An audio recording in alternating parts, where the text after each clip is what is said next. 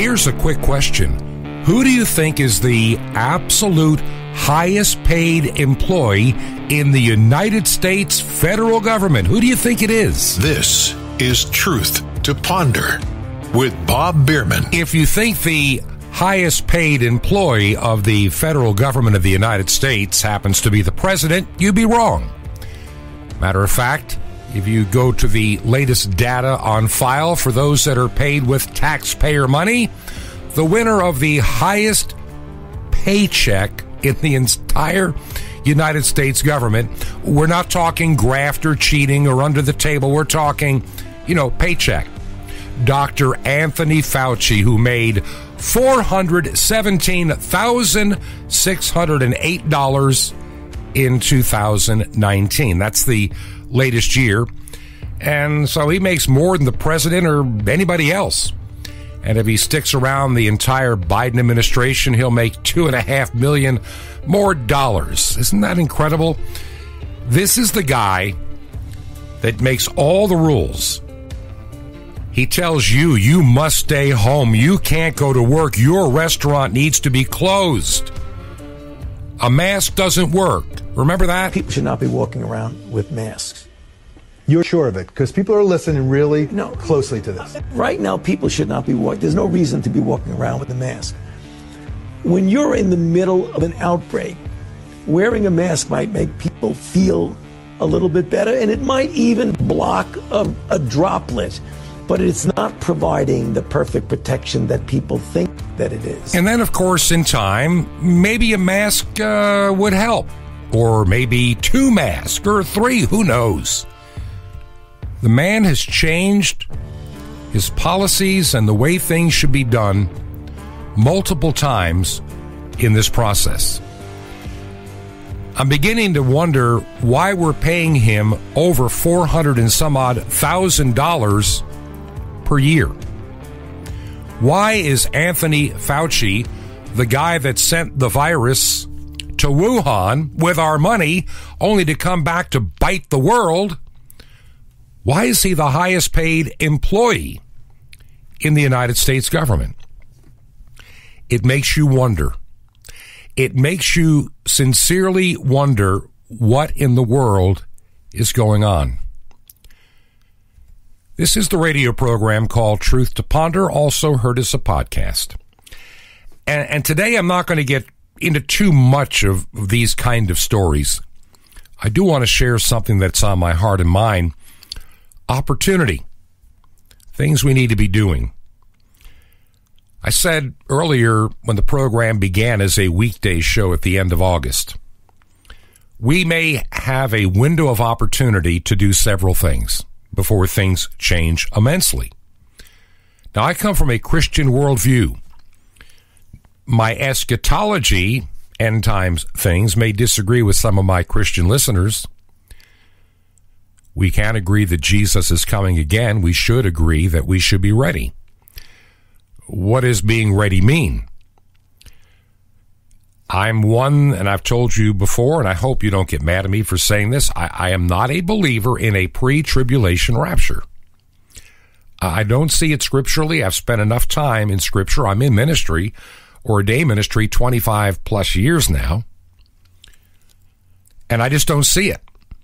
I know a lot of people sincerely believe it, and I don't fault you for wanting to believe it. But if there is no pre-tribulation rapture, then what are you going to do? The Bible teaches a few things that I find rather interesting, that we should understand. That tribulation is always going to be amongst us. Only we really in America, when you think about it. When you think about this 240 some odd year experiment in a constitutional republic, no, we're not a democracy, by the way. I get so tired of hearing politicians say, we are a democracy.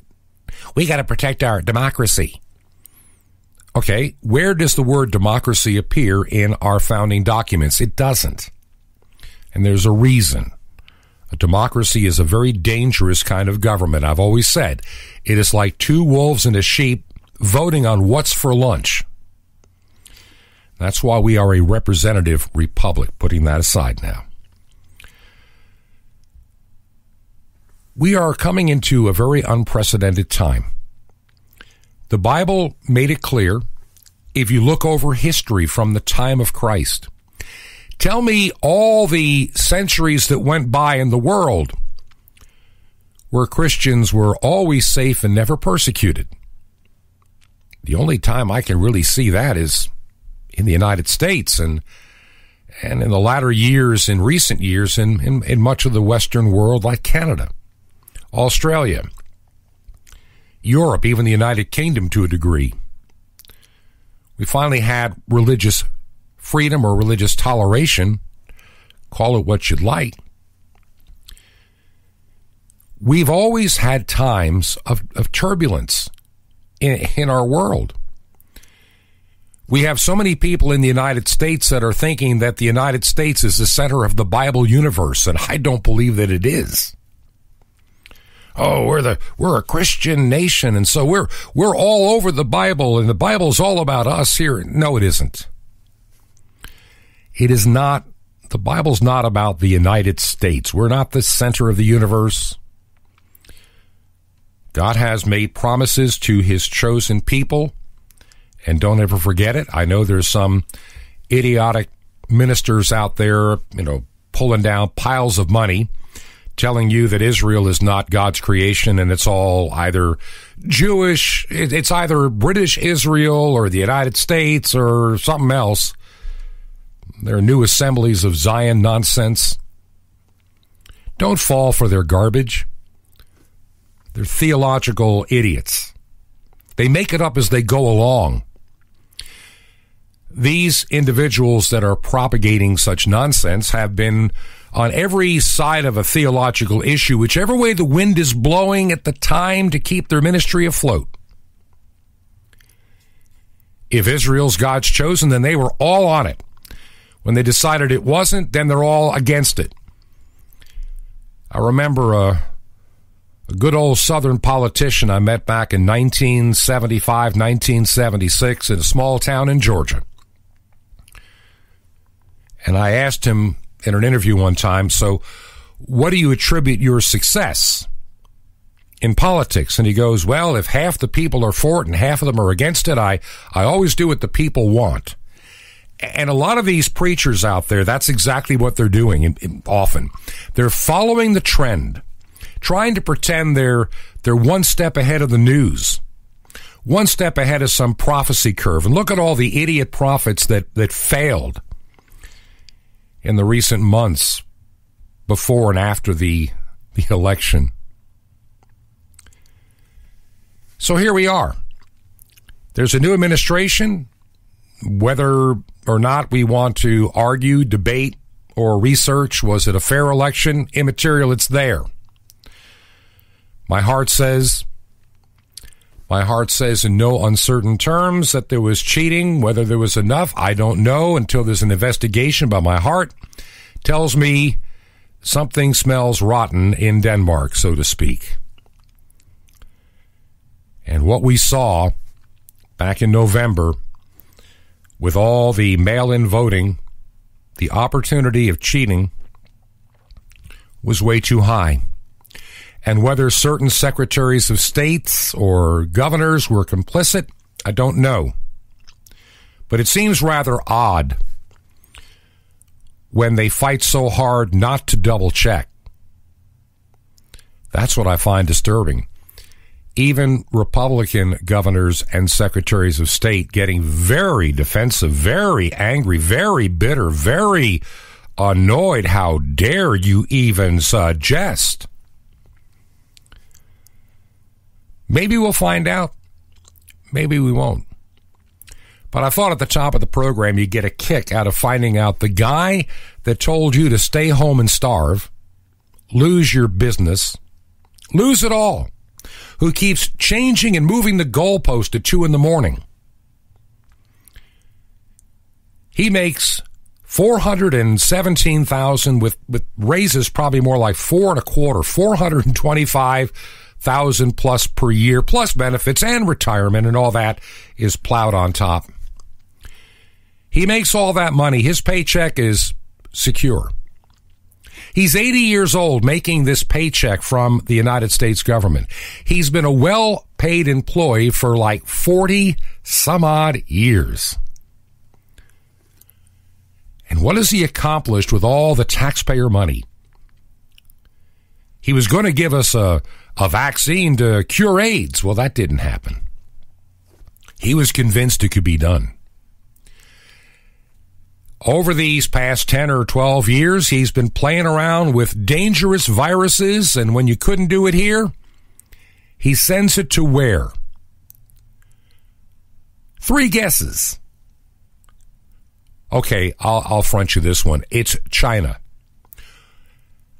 And on cue, I see the other day, the head of the World Health Organization, the WHO, well, we're really not sure about the origins of this virus. It may be China, but then again, we don't know.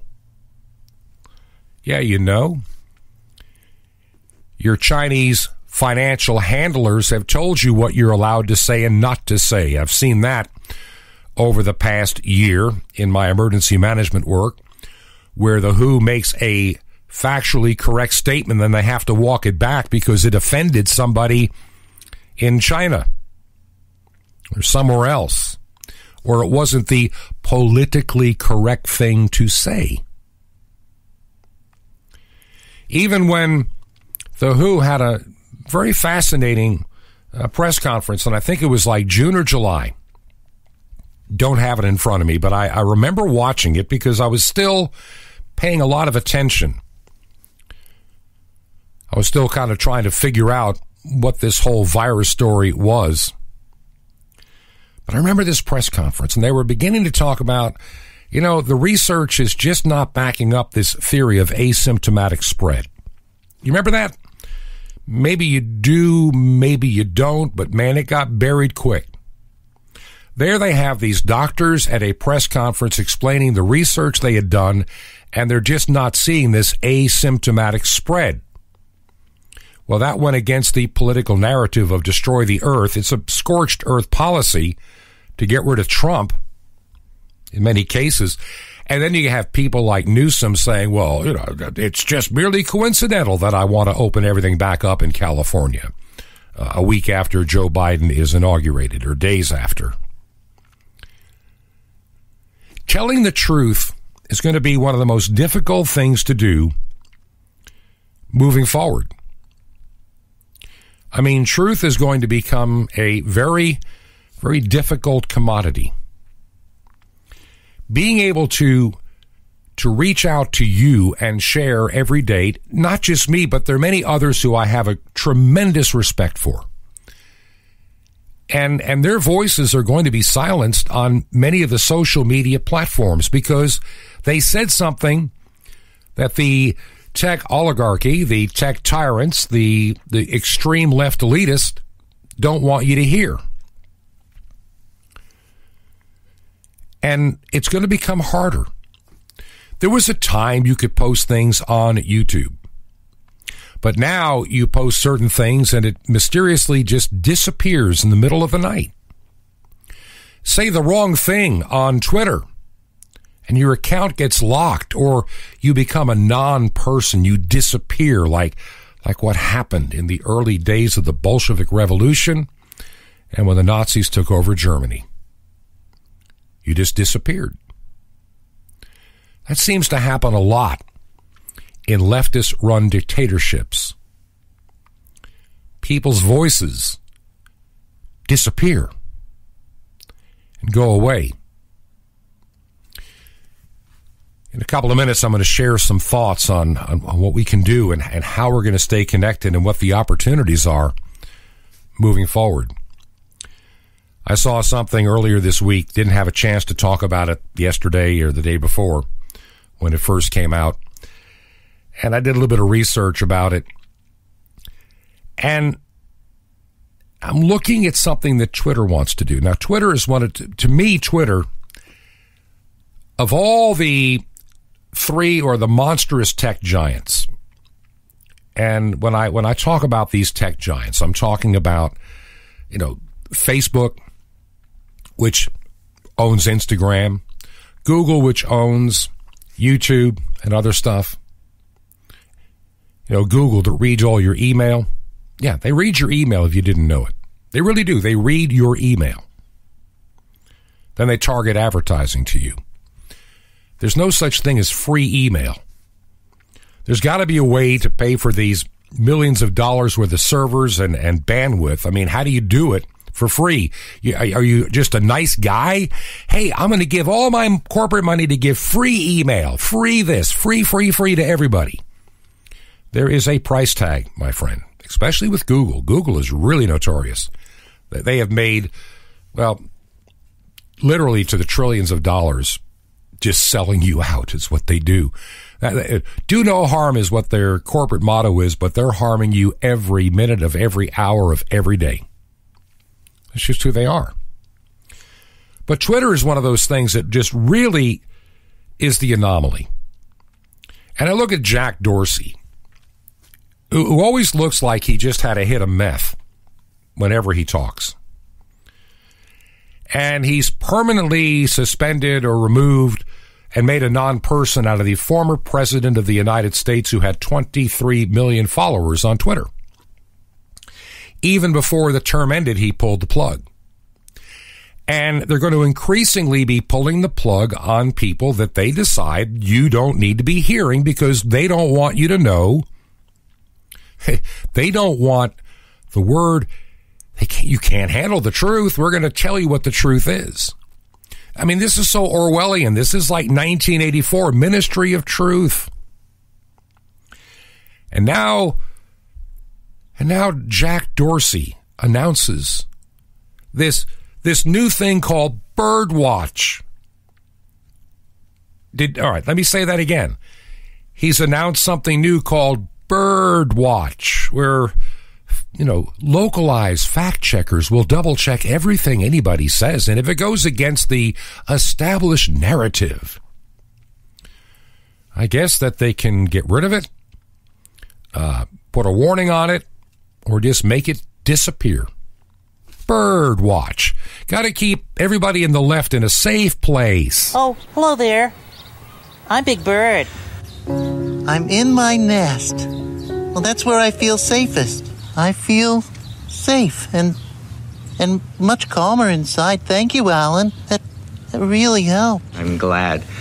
And you can visit your safe place anytime you need to. So Birdwatch, that's going to make sure that everything is, the right narrative. Everything's going to be correct. And if you go against it, somebody in the community Birdwatcher organization from Twitter will stomp all over your little tweet and make sure that it vanishes appropriately like any dictator would want it to disappear. That's what we're getting into, and this is my concern. What are we going to do going forward? I have to be careful in doing this program.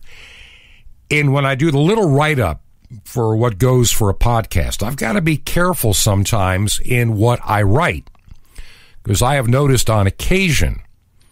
Now, see, let me explain my use of Twitter and Facebook for the radio program. I use it to a degree.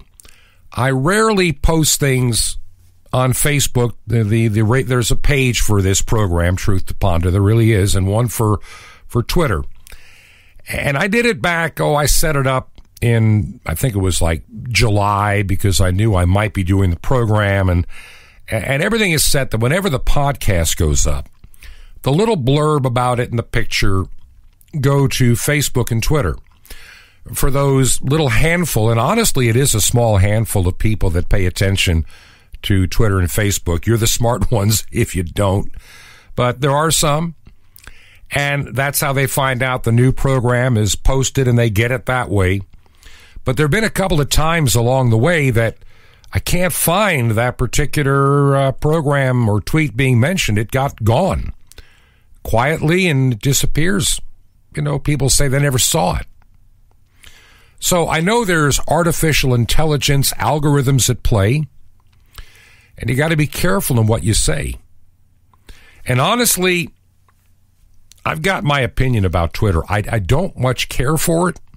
Never did. I got involved with it back, it's got to be when I was working still in emergency management, building, web pages and text messaging systems, which are the thing we were doing 13 years ago. And so, of course, you needed to have a Facebook page so you could, talk about what you're doing and get followers. And we did it all. But Twitter to me was an enigma. It was like, that's where the beautiful people go to tell you what you need to think. And if you're a conservative, they'll just gang up on you and just, kick you to the curb. And you can sit there and make a comment to something that somebody important says. Like, if Mitt Romney makes a comment, you can all comment on whatever dumb thing he came out with, the rhino that he is. But he'll never see it. I mean, if you're a Mitt Romney, if you're a Democrat operative, if you're anybody in media, like a Joy Behar or somebody like that, do you ever read the replies to your tweet? Of course not. You're just pontificating from your little, bully pulpit. I am a celebrity, and I have 1 million followers, and my 1 million followers hear every word of wisdom that I share with you. And because they agree with me at Twitter, I can say with impunity anything that I want to say. Jack Dorsey likes me. And so because Jack Dorsey likes me, Twitter leaves me alone, and I can call people Nazis and racist all day long if I want to, because I'm one of the beautiful people. Do you think that anybody really, do you think these celebrities, when they put out, if Cher puts out a tweet tomorrow, do you think she goes and reads all the replies? Of course not. She would not want to be offended or made angry or knocked out of her safe space. And one of the good things now is with Birdwatch, they're going to try to make Twitter a real happy safe space for those that are on the extreme left. Conservatives need not share their views. This is the world we're coming into. A lot of people voted for Joe Biden because for whatever reason they just didn't like Trump. Let's be fully honest about that. A lot of people that did vote for Joe Biden, by the way, when they find out about Hunter and a bunch of other stuff that the news media buried, then they, 1 in 6 says, no way I would have voted for him. I'd rather stay with what I knew. But too late now. The media covered, once again, the Ministry of Truth did their job to infect disinformation and prop up a failed candidate of Joe Biden. You never saw a lot about him. You only saw what you were told or they wanted you to hear about him. So I've done all this to talk about Dr. Fauci, the fraud, talk about all the stuff that the people are going to be waiting, and we got a break coming up shortly, but I'm going to talk about some real good opportunity and the things we can do on the other side of the break in a moment. Saw this little story. I think of this one lady I know. I'm not going to even say where she lives. Elderly, never liked Trump, and she would always be there just loving Mr. Biden. And I would say, well, what about when the taxes go up? Oh, he's not going to raise my taxes. Okay. Yeah, you're on Social Security, you and your husband. Yeah, he's not going to raise your taxes. And I agree with that. He's not. He's just going to raise the price of everything else you buy. Let's start with this one. They're already floating a gasoline tax.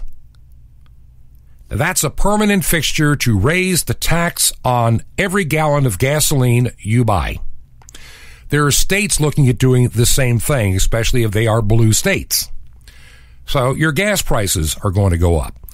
I just happened to run across this the other day. That's right, a hike in gas prices. We're here at Quick Trip, where many locals are filling up their tanks before they head off to work this morning. And you probably noticed filling up is costing us a little bit more. In fact, gas prices have gone up 22 cents in the last month. And travel app Gas Buddy says, brace yourself, it's only going to keep going up. There you have it. A reporter standing in front of a gas station in Greenville, South Carolina, just a couple of hours from our little place in the mountains. And over the prior weeks, the gas prices are beginning to go up. Now that we have a Biden administration on board, and knowing the changes, on day one, we get rid of the Keystone Pipeline, knock a bunch of people out of work. Those people that didn't like Trump, and I'm sure some of you have got friends and family that didn't like him either, and they voted for Biden because they thought that, put the nice old guy in there is going to be like having Grandpa for president. Well, Grandpa ain't the president. It's everybody around him that's really running that office now. And they're already talking about gas prices going up, already making us dependent upon foreign oil. Again, a mistake. So if your gas prices go up, then your food prices go up. And now the Biden administration is talking about we need to move the federal fleet of cars and vehicles to electric. Okay. I have no particular problem with electric cars. I really don't. But don't think they're the panacea of everything wonderful in the world and no pollution and no carbon footprint. Number one, where are you going to get the batteries for these cars? I mean, it's just a minor question. Where are you going to get the batteries to run all these electric cars? We do not manufacture them in this country because we don't mine for the resources that it takes to make these stupid batteries. You got to do strip mining and destroy the environment to get the materials to make these batteries. And, well, there is a place that does it. It's called China. So as we go to our electric cars, we can depend even more on China for the technology and the batteries. Yep. Electric vehicles with no batteries included unless you go to China. People don't think beyond just the little snippet or soundbite. And this is what controlled media looks like. We have these nice, dear, sweet people that thought they were voting for Grandpa Biden to be the president and get rid of all the anger and noise, and then we're going to get back to normal and the virus is going to vanish. Of course, Fauci now says, we may have to wear 2 masks or maybe 3. Why not a dozen? After we were told they didn't work to begin with, I don't know, what do you believe anymore? It changes monthly. And they pay him $400 and some odd $1,000 a year to keep moving the goalpost. The narrative is whatever they need the narrative to be. There's some absurd articles that I've been reading. How this has been used and abused. It's so sad. The coronavirus can be dangerous for many people. It can be very discomforting for a lot of others.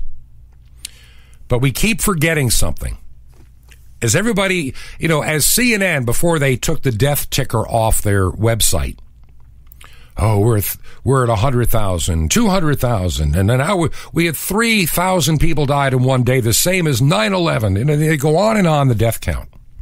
All the way up till the inauguration, then it disappeared off their website and right off their TV screen. You don't see the death ticker anymore because politically now they don't need it. But how many people are running around scared, wearing their hazmat suits, their face masks, their goggles, their gloves, their face shields, because they were told this was going to be such a deadly pandemic? Remember, we started out a year ago, basically 10 and a half months ago, when I came back on board to work, came out of retirement. I was told to expect, at a minimum, like 3 million people would die before the summer in the United States.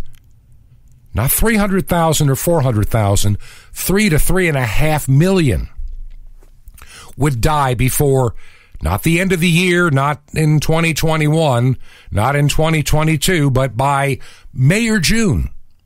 Expect 3 million.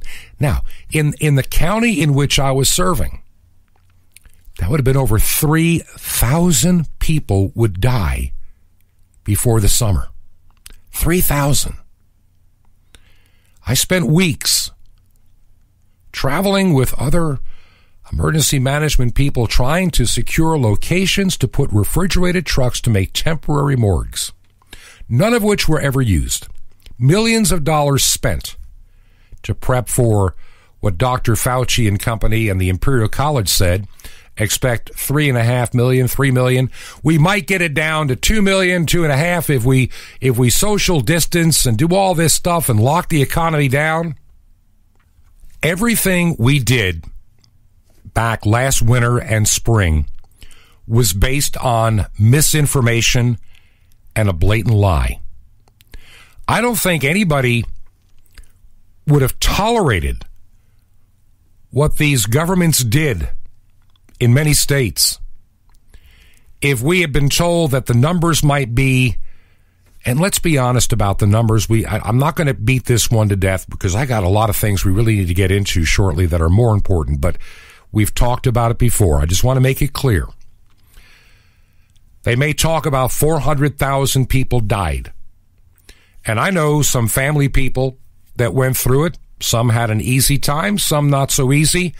One almost lost his life because he waited too long and he had other underlying issues that made him a high risk, even in his young 40s.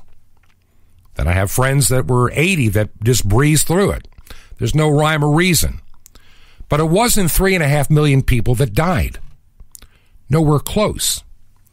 What are we, maybe 10% of that, maybe 15% of that, if we really have 300,000 or 400,000 people that died, and I'm talking died of it, not with it. People that may have died with or without it, regardless, in the course of X number of months. We have people running around screaming at people, "Put your mask on, you're going to kill me." Now we're finding out maybe there's no such thing as asymptomatic spread after all, but maybe there is, maybe there isn't. They got to keep changing the rules to keep the fear alive. You got, I can't make the virus go away, says Mr. Biden. We might be doing this stuff for another year. Maybe till the summer, maybe till, nobody knows. This is why we do this radio program and podcast. I want to give you some real truth to ponder. Don't let the Ministry of Truth of Facebook and Twitter tell you what to think. Don't ever let CNN. Those people are intellectually, spiritually, and morally bankrupt to the core. They believe in 62 genders over there. Yeah, Grandpa Biden, one of the first things he does. So now you can have men play in women's sports. Goodbye, women's sports. Track and field, wrestling. This is what you bought into. You bought into a lie, but he's not going to raise my taxes. Well, he's going to raise your gas prices, raise your food prices. Hey, let me give you one more, and then we're going to go to a break. And then we'll change. I promise I'm going to change gears entirely. I think you're going to really enjoy what I've got coming up. I think this is going to be exciting for a lot of folk listening. He's talking about raising corporate taxes, and I can hear people say, I know this one, like that one dear lady, yeah, stick it to those corporations. Let them pay the big bills so I don't have to pay. Obviously, you didn't learn Economics 101. Let me give you a little word of advice, and I figured this out when I was in high school a million years ago. As a young guy, I figured this out. It wasn't hard. Corporations really don't pay taxes per se. They really don't. Corporations do not, quote, pay taxes. Oh, well, yeah, they do.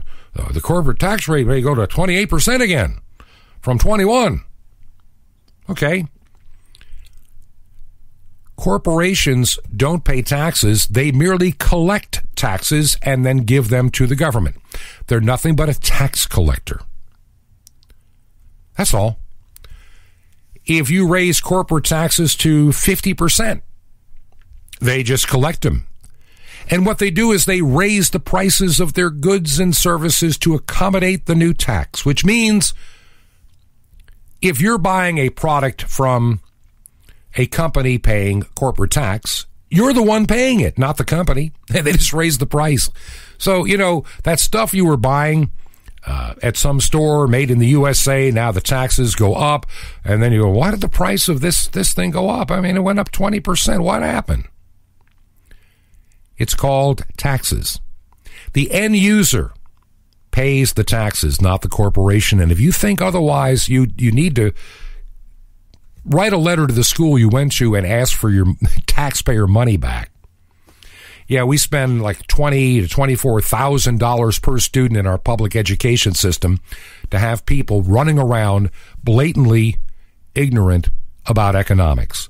Yeah, raise the taxes on those big corporations and then I won't have to pay anything. Then let them pay it. Well, why did my beer go up in price? Why is it so expensive? Because you tax the corporations and you're the one paying it, not the corporation. So much ignorance out there. And this is the kind of stuff that's going to be more censored as the days go by. Because, see, truth is a dangerous thing to despot governments. This is Truth to Ponder with Bob Bierman. Draw on me. That's right. Shalom Aleichem. This is the nice Jewish boy, Jonathan Kahn, your Jewish connection, bringing you the riches of your Jewish roots in Jesus. Now get your pen out as fast as you can so you don't miss out on receiving a special free gift you're going to get and love in a moment.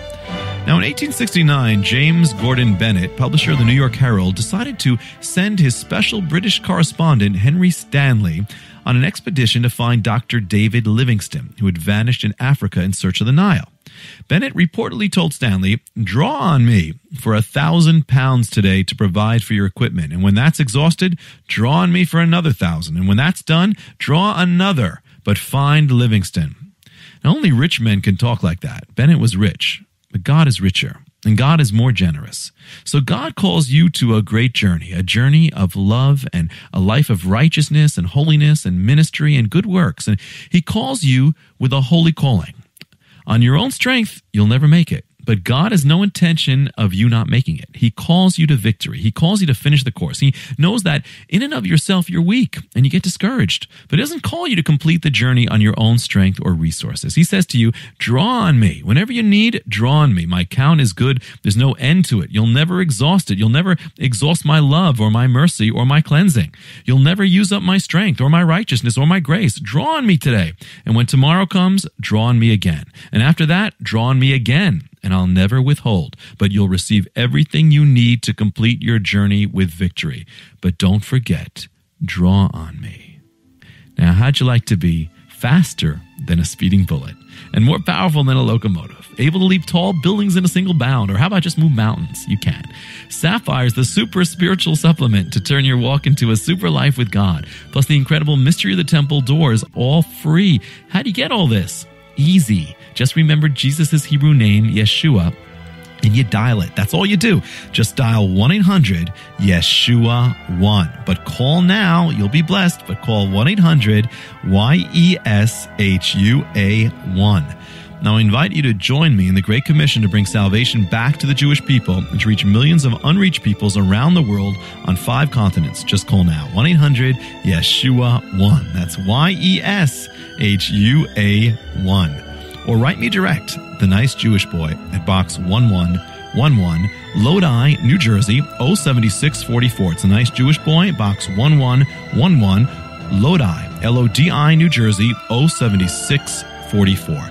Well, till next time, this is Jonathan Kahn saying, Shalom Aleichem, peace be to you, my friend in Messiah, Sar Shalom, the Prince of Peace.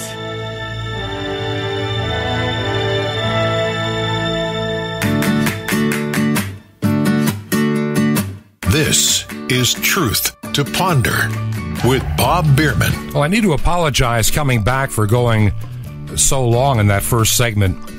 So I'm putting this program together today on Wednesday. Just a lot of things were on my mind. I had one of those nights last night where I didn't sleep well. I did, but I didn't. I'd wake up thinking about this program and all that's going on around us, and wondering how in the world did we ever get to a place where we have a basically 50-50 Senate, we have a close House, and Biden in the White House. I'm not talking in terms of being a partisan. I'm talking in terms of, you know what you were getting into, an old guy that has, well, if you paid attention, of course, if you were watching CNN or MSNBC or ABC Nightly News or any of that, they shielded you from the truth. They didn't want you to know the truth. Mr. Biden has a lot of troubles in communicating when he gets off script or off a teleprompter. It's obvious he has issues. Yet, he's not Trump. He's not doing those nasty little tweets anymore. We don't have to hear. So what did those tweets ever do to you? I had a guy that was talking in terms of why he voted for Biden. And I said, well, what do you believe about pro-life issues? Well, he wouldn't answer. Yet he claims to be some kind of good churchgoer. I'm going to say this, and I'm going to get into the topic at hand. You know, if your faith has to be checked at the door for your job, then you need a different job. Let me say that again and make it as plain as I can. If your job requires you to totally check your faith at the door and do things that compromise your faith, then you need a new job, or you've actually rejected your faith. It's that simple. You can't be a pro-choice, pro-abortion Catholic. You've decided no longer to be a Catholic but a politician. I know that's hard for some people to understand, but there are some things that are more important, and your faith should be the number one. And if it isn't, then you have no faith. My concern going forward, we're already seeing the tech tyrants and oligarchs and everybody else beginning to quietly and even noisily shut down speech that they don't agree with. I really believe that my podcast version, which is currently living primarily at two locations, I put it up on an organization called Spreaker. That's Spreaker, Spreaker. I've got an R in there. And I got to pay a monthly fee for that. I'm not sure if it's worth the monthly fee for what I'm getting.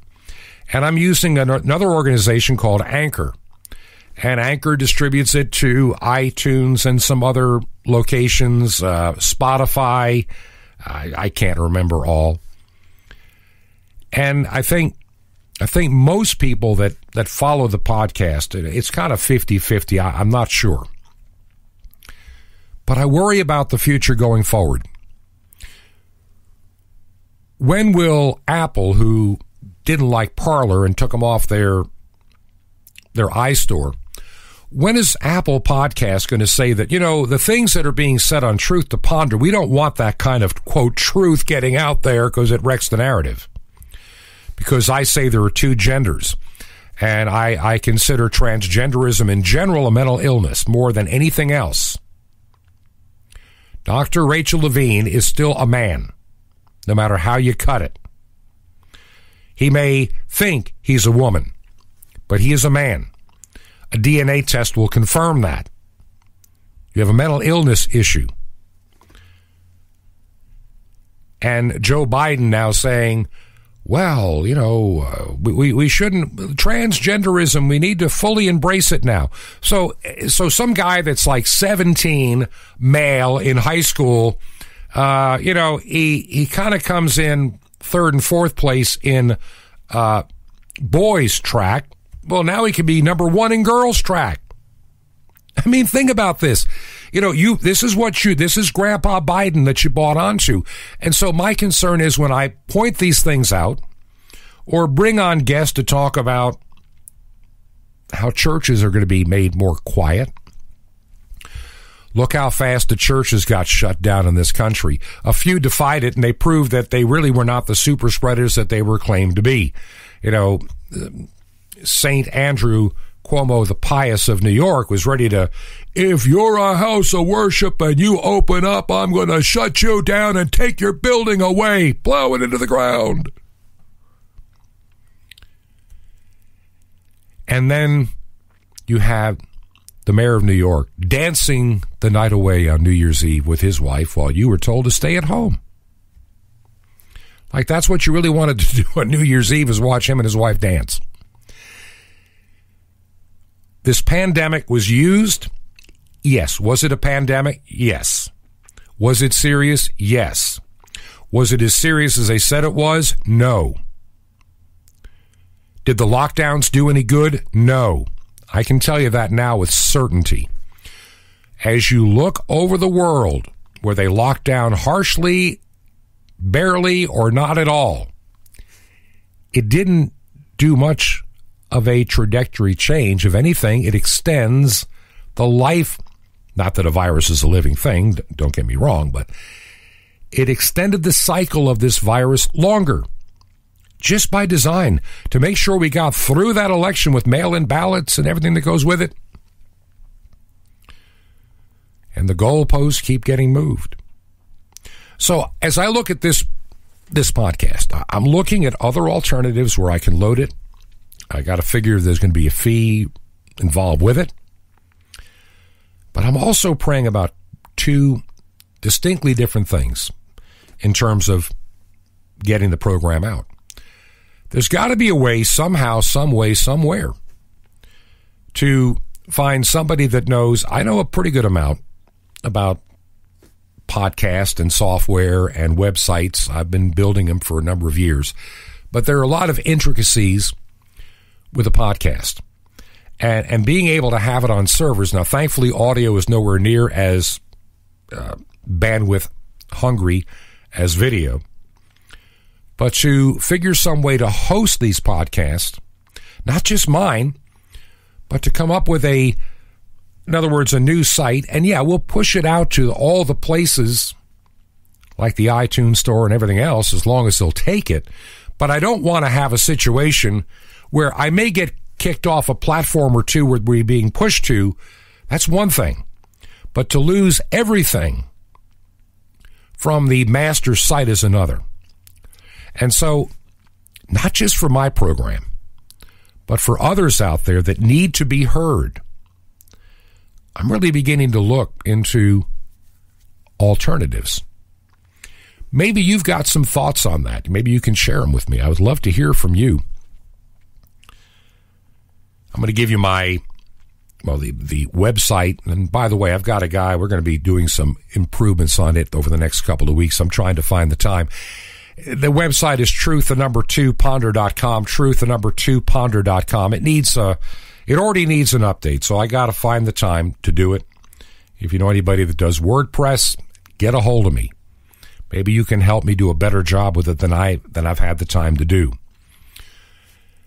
And you can email me directly, bob@truth2ponder.com, bob@truth2ponder.com. That email will come directly to me, nowhere else, nobody else will see it.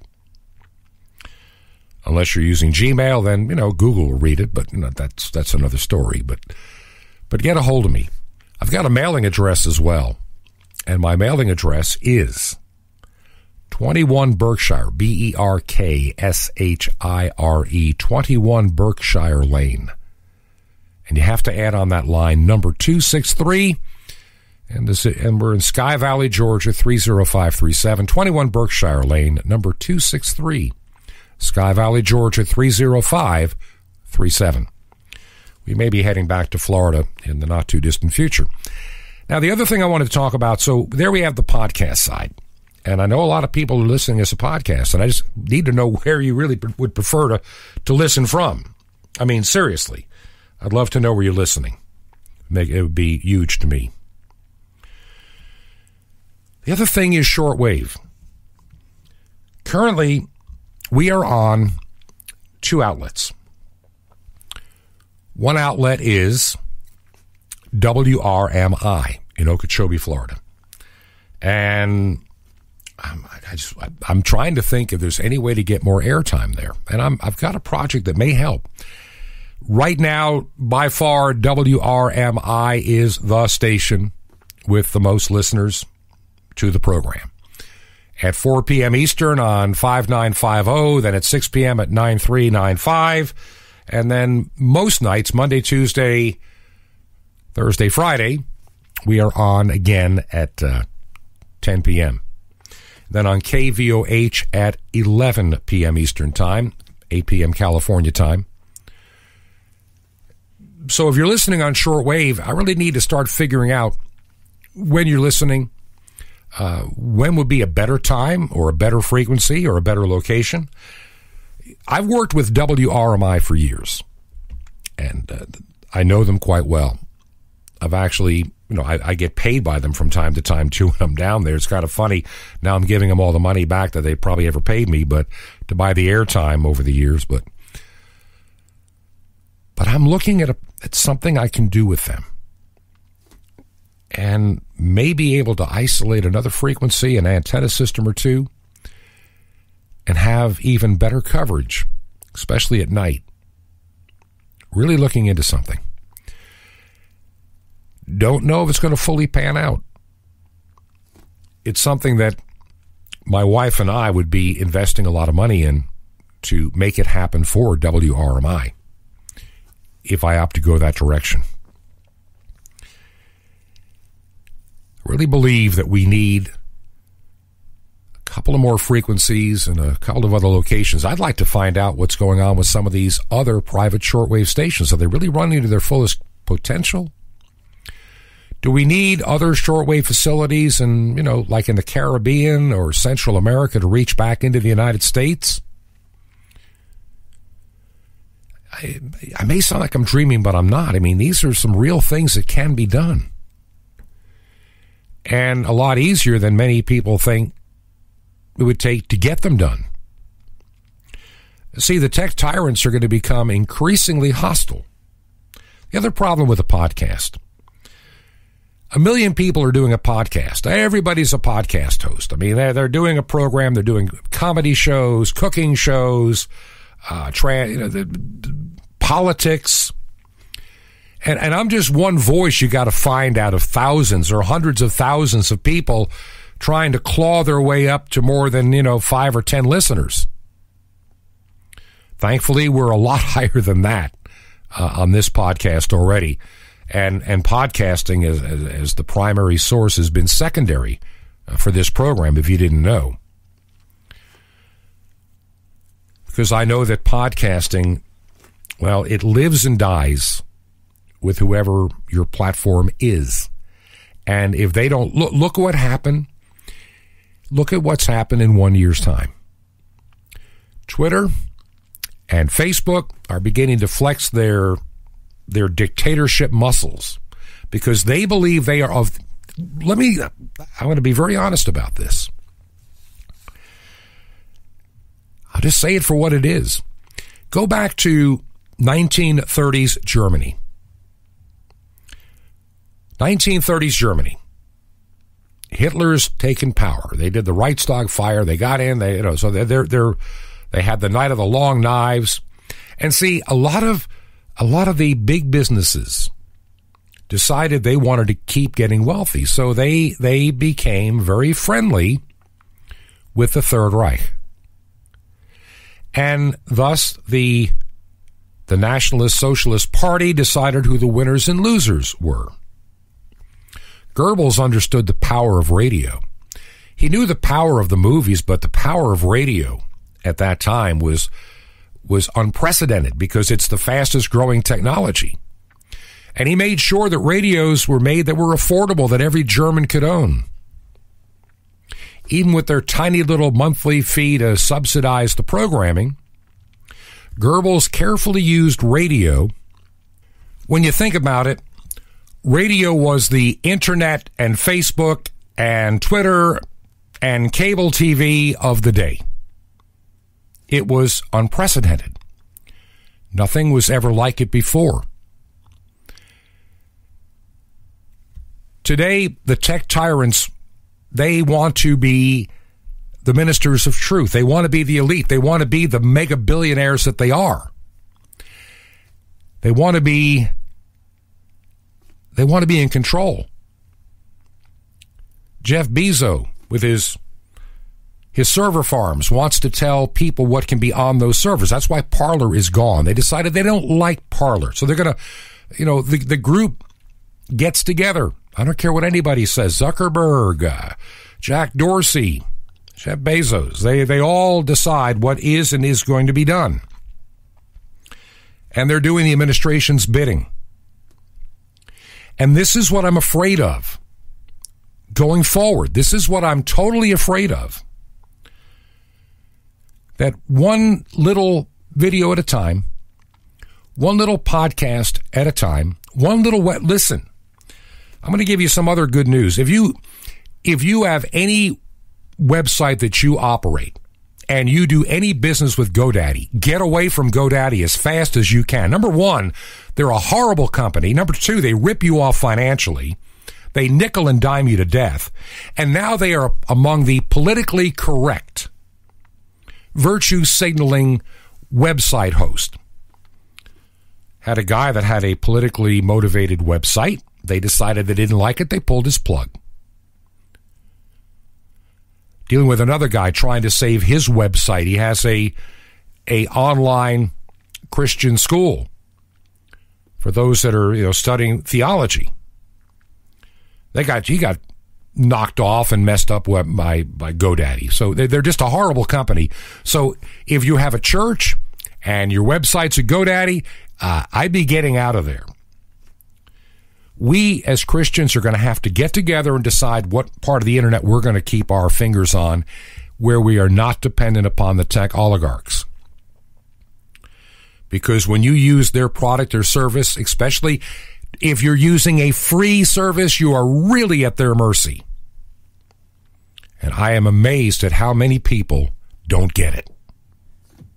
Oh, but we can't afford that for our church. Well, then don't do it. Then don't do it. If you can't afford it, don't do it. Either do it right or don't do it at all. That's what it comes down to. It's coming down to that for this radio program. I try to put together a quality product every day, and it's a lot of work for a one-man shop. It's not easy. But I want to keep doing this, and I want to help others become a voice as well. Maybe you know somebody that needs to be on this program as a guest from time to time. Maybe you know somebody that should be doing their own radio show or podcast. Let me know. We as like-minded individuals are going to have to gather together to work together before we're torn apart. We need to have a few more shortwave voices. Maybe some of the local AM/FM radio stations that are not been consumed by the big corporations could be great outlets as well. And maybe you know somebody that should be doing that 5 or 10 minute little podcast every day, but he doesn't know where to start. We need to pool our resources together and begin to work together like we never have before, while we still have time. Don't be dependent upon Facebook. Don't be dependent upon YouTube or Twitter. Get away from these people as your primary source. I'm developing background sources to be ready for when they pull the plug on me. Trust me, I'll be ready. That's why I'm working hard in the background. Airtime costs money. If you can help defray the cost, you can go to our website to make a small contribution, or you can do it by mail. You'll find us at 21 Berkshire, Berkshire, 21 Berkshire Lane, number 263 in Sky Valley, Georgia, 30537. You can make your check payable to Ancient Word Radio,